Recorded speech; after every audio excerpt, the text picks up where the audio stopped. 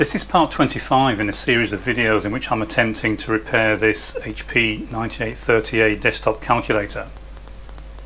In the previous video I got as far as getting some life on the display, so the machine is now starting to run.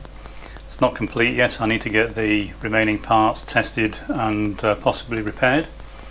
So the job I want to do now is to replace this ROM card. So this is the original, and if you've been watching the videos then you'll know that this has some faulty ROMs on it. They're impossible to get hold of, so I designed a replacement ROM card, and this is the prototype. It's got a zip socket because I also wanted to develop some test firmware, which is what I've been doing for the last few videos. But this won't fit into the machine because the zip socket is too high and the space between the cards is quite narrow. So I've made a second card up with standard sockets. As I explained in a previous video, there is just about room to get socketed chips into the boards, as long as any long leads are trimmed off any adjacent boards. So I'll now pop this into the machine and give it a first run of life support. Okay, so I've fitted the card into the machine. We'll now power it up and see if it comes back to life. So a good sign, we're getting the proper character appearing. Just do a few quick tests. That's correct, and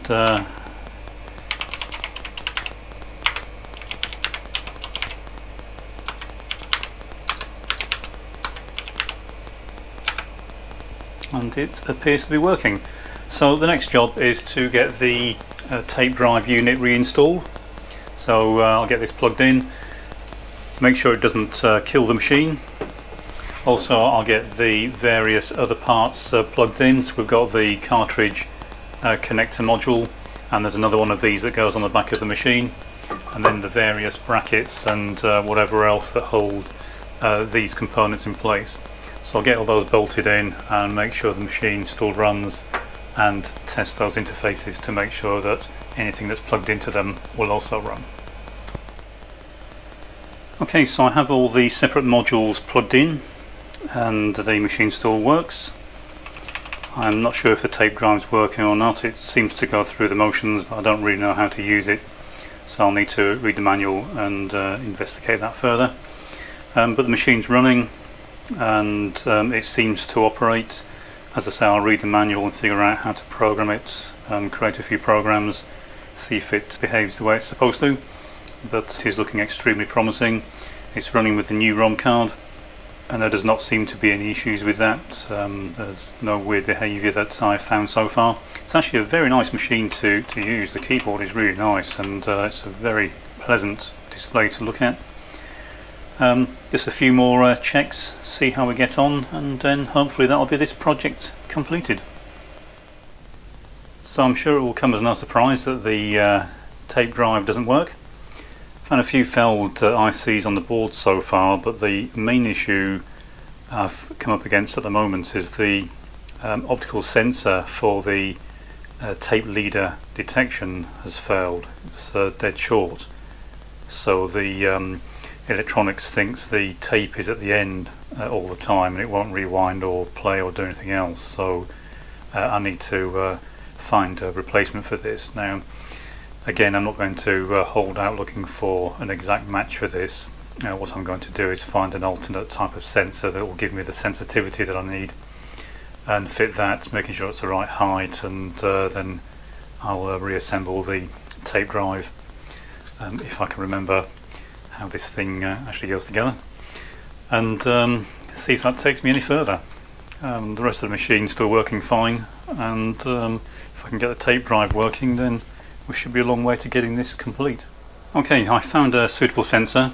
I can't really use it as it is because it's obviously transparent all the way through. The way the old sensor worked was firstly it's in the metal housing, so light can't get in through the back, and also it's sat inside this metal housing as well, so it was protected from stray light, so light shone out through this hole and it was reflected off the tape leader and obviously back onto the sensor. and the bulb being in here means that there wasn't any light being transferred directly between the two. Obviously that's not the case with this arrangement. So what I'll do is I'll go into the workshop, I'll machine a piece of Delrin black rod to the right dimensions to act as a stray light shield, but also to give the sensor a bit more support. And once I've done that, I can reassemble this and see if it's the right sensitivity. It should be. If not, I can change the load resistor on the sensor to make sure it detects the leader properly, but the sensor I've selected should give us the correct voltage swing, bearing in mind the load resistor that's already fitted. Okay, so back in from the workshop, I've made a housing for the sensor. So this basically replaces the original. It then fits into this housing, so nice snug fit, so it presses in, and then this bolts onto the sensor block. And as you can see, I've made it the same height. There's a step shoulder on the housing to make sure it sits in at the right position and at the right height, and that should enable it to maintain its position once it's set up. Without the housing, there'd be no way to control the stray light and the sensitivity of the sensor, and it would be all over the place. It would be impossible to set up. So I'll get this soldered to the board and see if it actually operates the way I want it to, or if I need to start changing the load resistor. Okay, so I've got the sensor installed on the board. I have had to change the load resistor on the board. It was a bit too insensitive because of the smaller area of this sensor. But I'll just point the camera at the scope screen so you can see the sensitivity range that the sensor actually has. Unfortunately, I can't get both in the shot at the same time, but if I move a strip across the sensor to simulate the end of the tape, you'll see that I'm getting quite a good deflection. The scope is on 1 volt per division, and the specification is for a minimum of 2.5 volts, and you can see it's way over that. It's up about 3.5 volts, so it's easily enough. It's also immune to light. That's what the housing's for. So if I turn the light off, this is shining directly into the sensor, and you can see that even so it's still well under the threshold.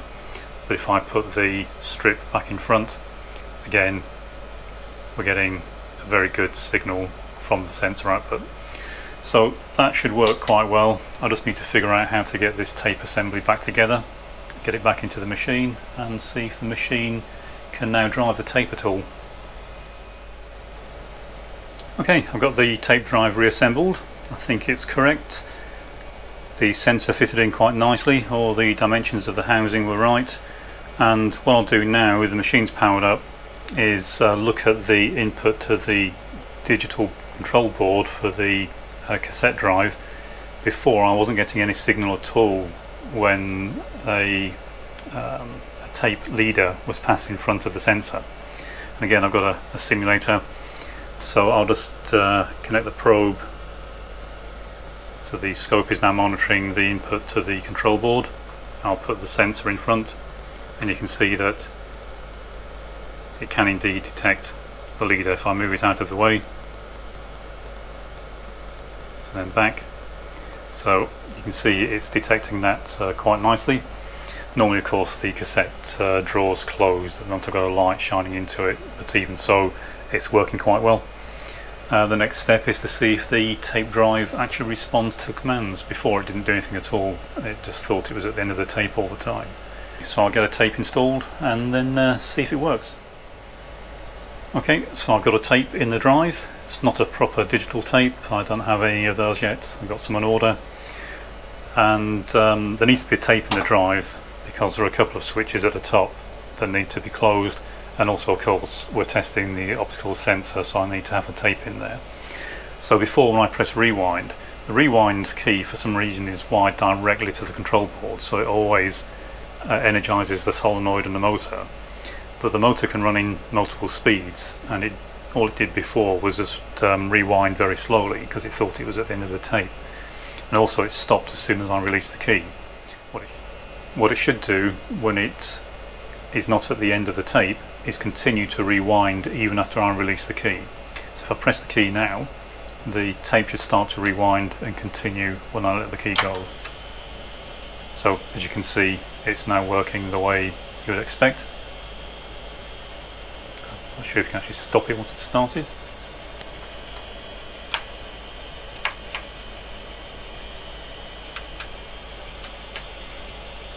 As I say, I don't really know how to use the machine. And so I can carry on with the testing, see if it can save to tape and read from tape. And I'll get back on camera once I've got that figured out. So I've been working my way through the problems with the tape drive. I had to adjust the sensitivity of the sensor a little bit to make it reliably detect the end of tape leader. That's now working fine, but then the tape drive wouldn't do anything with regards to reading or writing tapes. So I found one failed device on board 61. Once I'd replaced that, the drive would engage in response to the commands from the keyboard, but it wouldn't do anything and it wouldn't disengage, it wouldn't stop driving the motors, they just ran continually once they were started. So that was yet another failed chip on board 62, which is the one I've got in the riser here. But once I'd got that changed and just made a few other small adjustments to the tape drive mechanism itself, I now have the tape drive working as it should. So if I load a program, so it's loaded the program from the tape, I can now run that program and it just prints something on the display. So I've tried the tape quite a few times. I've tried searches, saves, loads, and it's working fine. This is actually just an audio tape, it's not a proper digital tape. I'm assuming the digital tapes would be a bit more optimized for use in this drive, but they're fairly similar. So it's now working, the tape drive seems fine. I'll give it a few more tests. I can now of course run the inbuilt tests that the machine has, and I'll just go through the final checks. The last job then is to test the second RAM card, get that repaired if it's feasible. But now I can start bolting the machine back together, putting the covers on. I still need to find a main switch for it. If you recall, the original one was completely destroyed. And then that's this project completed. I'll do a last video on it, just showing the machine completely assembled and working. But hopefully this is now pretty much done.